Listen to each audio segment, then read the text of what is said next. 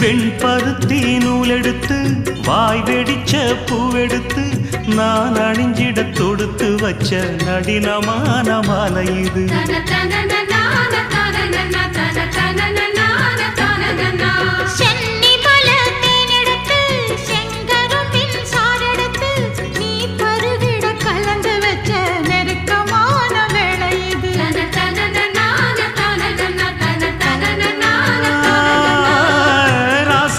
உடம்பிருக்கும் ரவிக்க துணி நானாக அன்னாடம் சூடி கொள்ள ஆசை வச்சாகாதா.